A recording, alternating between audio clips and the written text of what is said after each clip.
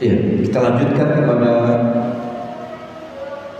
kandungan bab min fiqhil bab atau faidah yang bisa kita petik dari pembahasan al-madhalim, tindakan aniaya.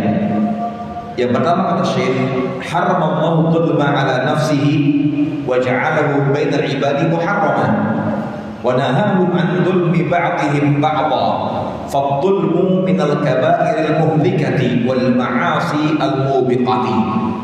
Kata Syekh, Allah Subhanahu wa taala mengharamkan tindakan kedzaliman atas dirinya sendiri, dan Allah pun menjadikan tindakan kedzaliman itu haram dan jangan terjadi di antara hamba-hambanya.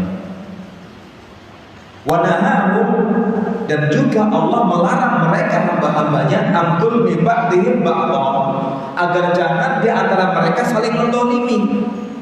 Karena di antara kita kadang mudah terpancing.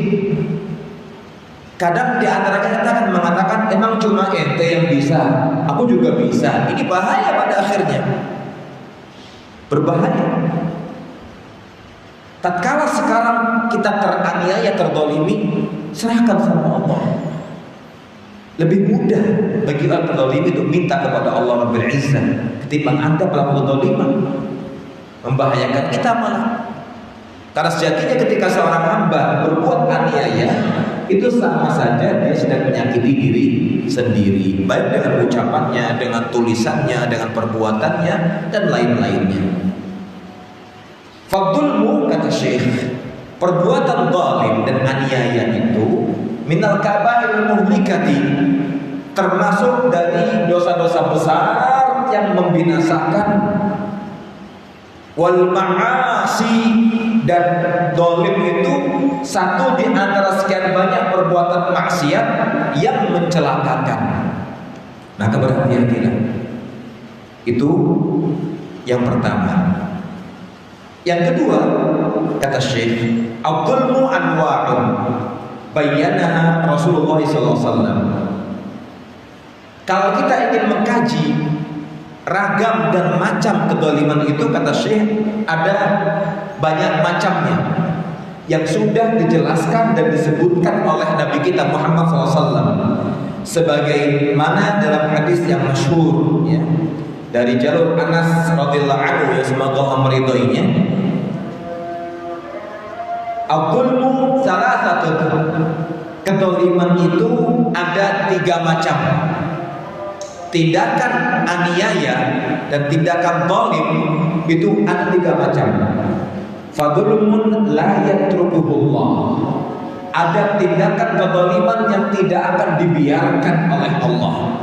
Artinya apa? Diperhitungkan oleh Allah, dikejar oleh Allah. Wa dzulmun yughfar, ada kezaliman yang diampuni oleh Allah. Yang ketiga, wa dzulmun la yughfar, ada kezaliman yang tidak diampuni oleh Allah. Wa amma dzulmul ladzi la yughfar fasyirku la yaghfiruhu Allah. Adapun kezaliman yang tidak akan diampuni adalah kesyirikan. Seseorang menyekutukan Allah, yang ketika dia sampai mati belum bertaubat dari kesyirikannya, la yaghfirullah, Allah tidak akan mengampuni dia.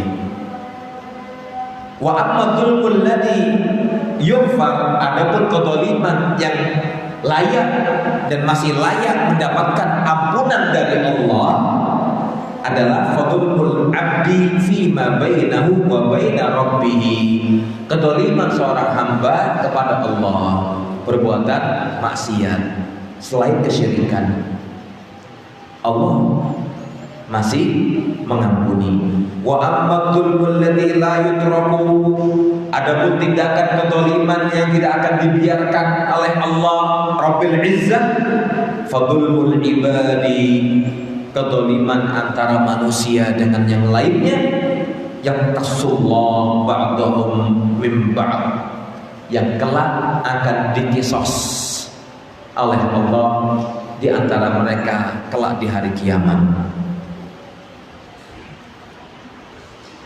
Nomor 3, Al-dhulmu 'inda salafis salih ahlul hadits wa wad'u syai' fi ghairi mahallihi.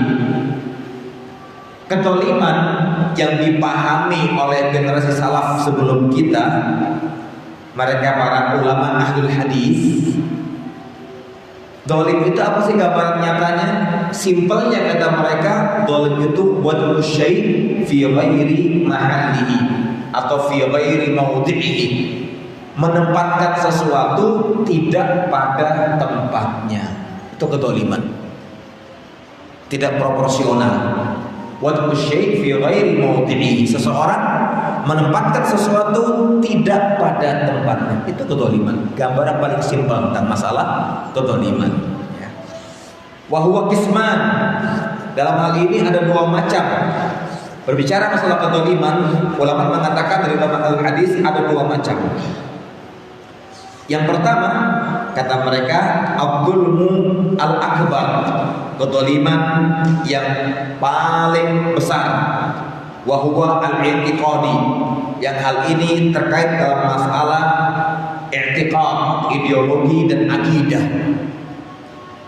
Contohnya apa? Kedoliman yang paling besar yang terkait masalah akidah dan ideologi, al-kufru wasyirku billah, sikap kekufuran seorang hamba, kafir dan menyekutukan Allah, syirik kepada Allah. Liqauli ta'ala mukhbiran an Luqman, sebagaimana Allah mengisahkan kepada kita tentang nasihat Luqman kepada putranya yang Allah abadikan di Al-Qur'anul Karim, surat Luqman ayat 13. Ya bunayya la tusyrik billah innasyirka la dzulmun 'adzim. Wahai anakku, jangan pernah kau menyekutukan Allah, jangan syirik sama Allah. Karena sesungguhnya yang namanya kesyirikan adalah kedoliman yang amat besar.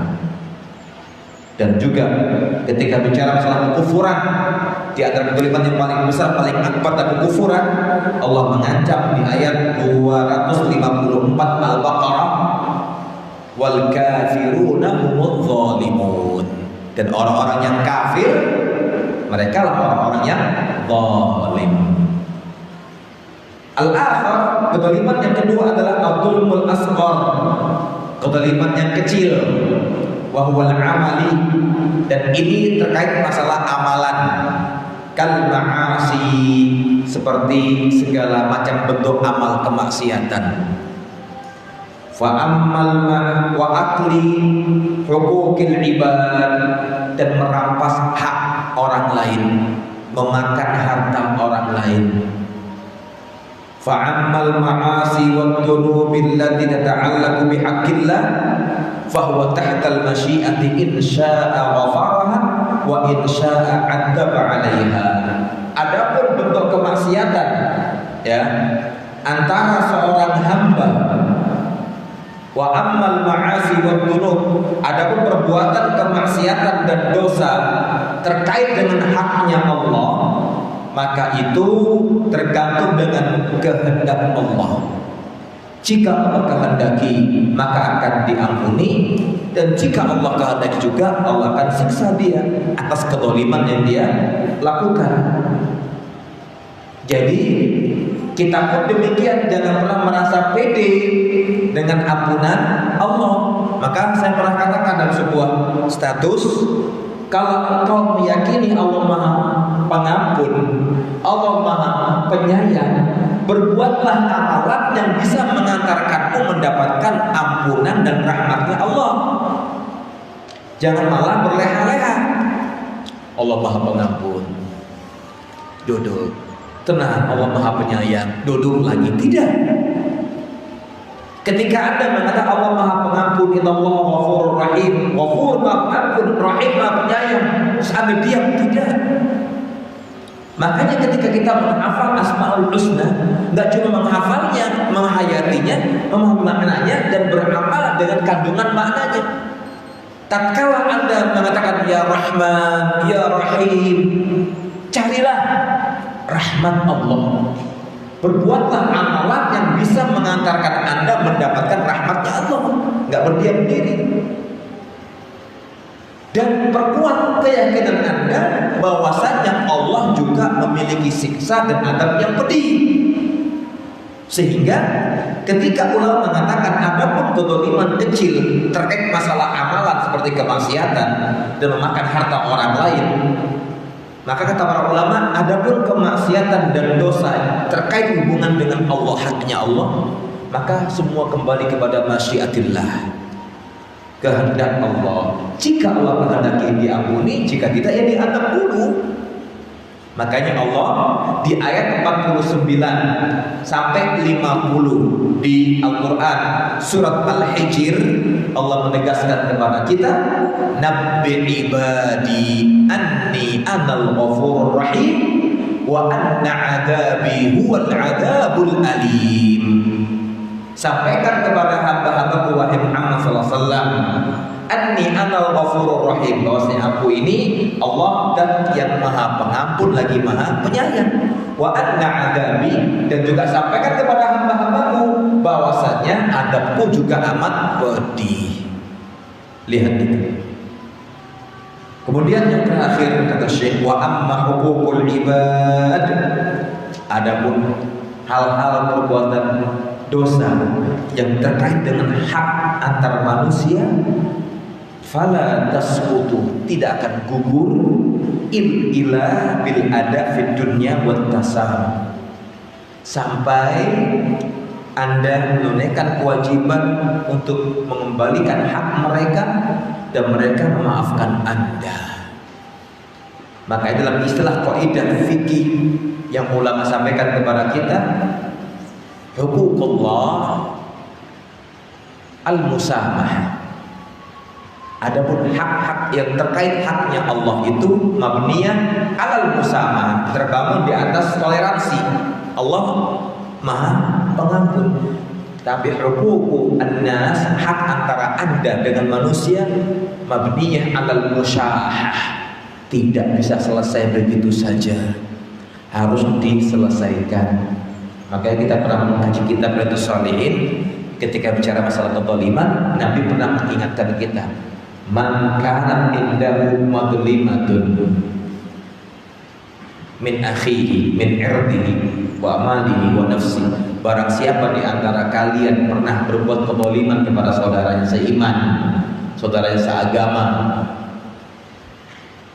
baik terkait pribadinya, hartanya dan kehormatannya, fal yata'allal yaum, segera hari ini selesaikan, sebelum kelak pada hari kiamat tidak memberikan manfaat bagi dia harta yang dia miliki, nggak bisa menyelamatkan dia.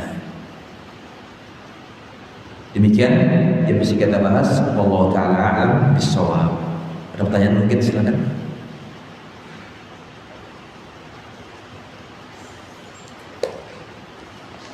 Moga ucai dunia.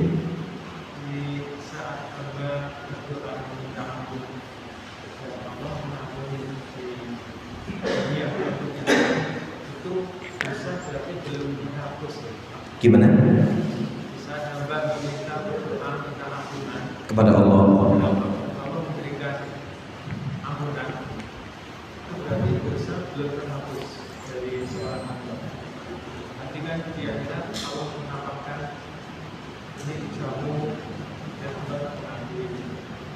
Iya. Ketika seorang hamba berdoa kepada Allah, ya Allah ampunilah aku. Kalau ini kita kaitkan korelasi dengan hadis tadi kita kupas, seolah kan kesannya dosa kita belum terhapus. Ulama sepakat kembali kepada hadis Nabi yang sampai kepada Mu'adz bin Jabal dan Abi Dzar Al-Ghifari dengan mengatakan wa'ad bi'is sayyi'atal hasanata tamhuha. Iringi setiap kali engkau berbuat dosa, amal kejelekan dengan amal kebaikan sebagai penghapusnya. Syekh Abu Usama Salim bin Id Al-Hilali ketika memberikan penjelasan dari kitab Iqadul Himam dari Jami' Ulum wal Hikam, dia mengatakan ulama sepakat kalau dosa kecil itu langsung terhapus dengan amal soleh. Kalau dosa besar harus dengan taubat. Dosa besar harus dengan taubat.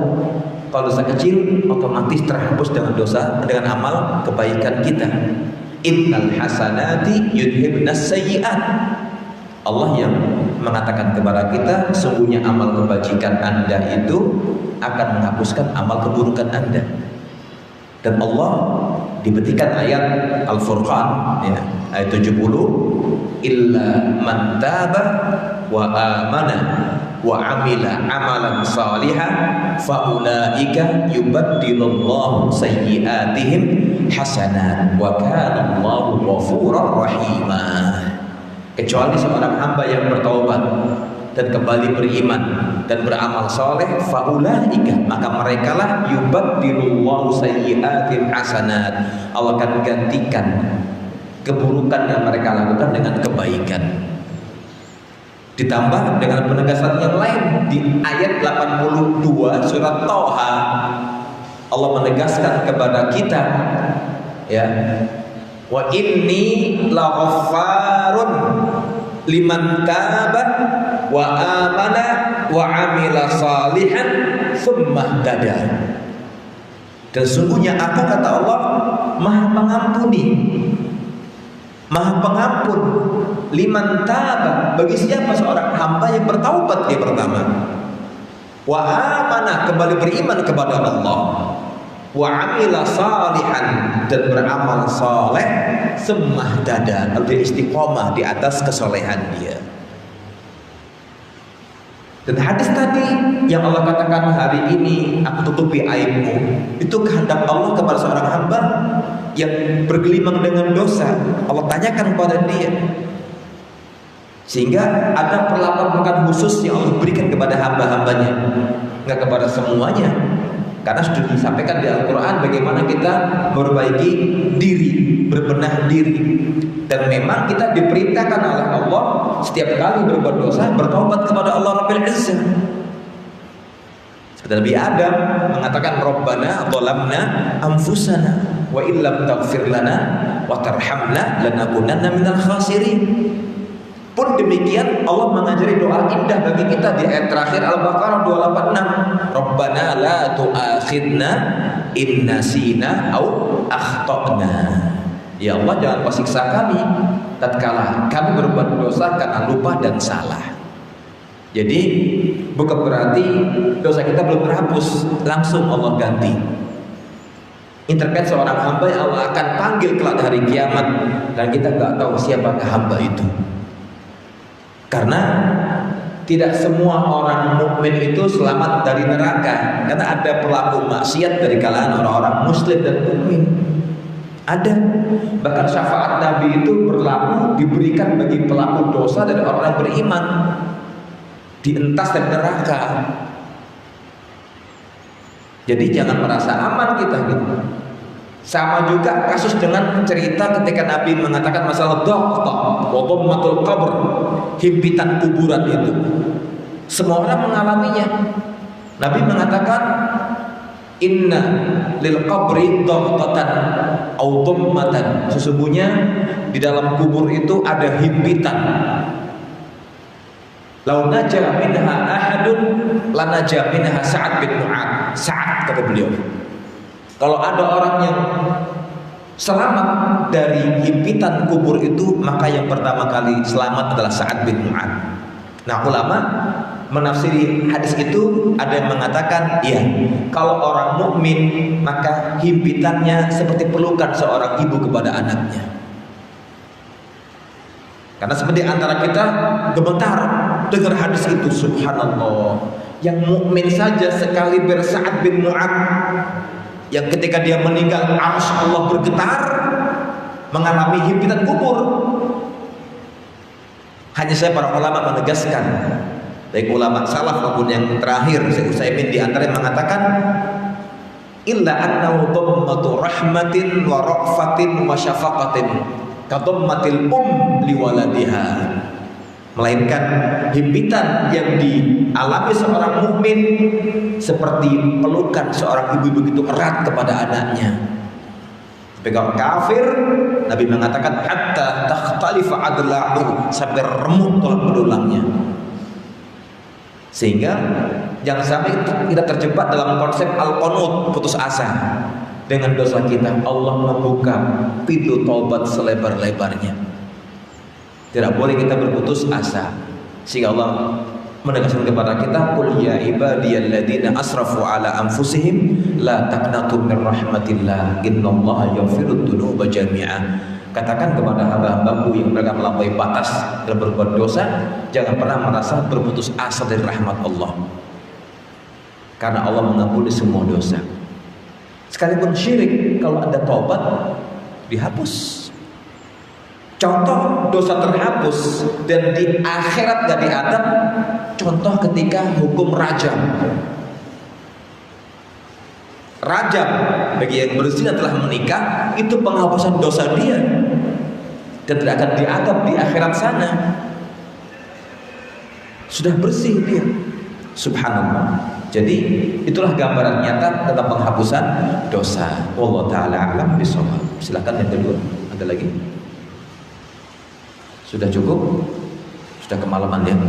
Baiklah, subhanakallahumma bihamdika asyhadu an la ilaha illa anta astaghfiruka wa atubu ilaik. Assalamualaikum warahmatullahi wabarakatuh.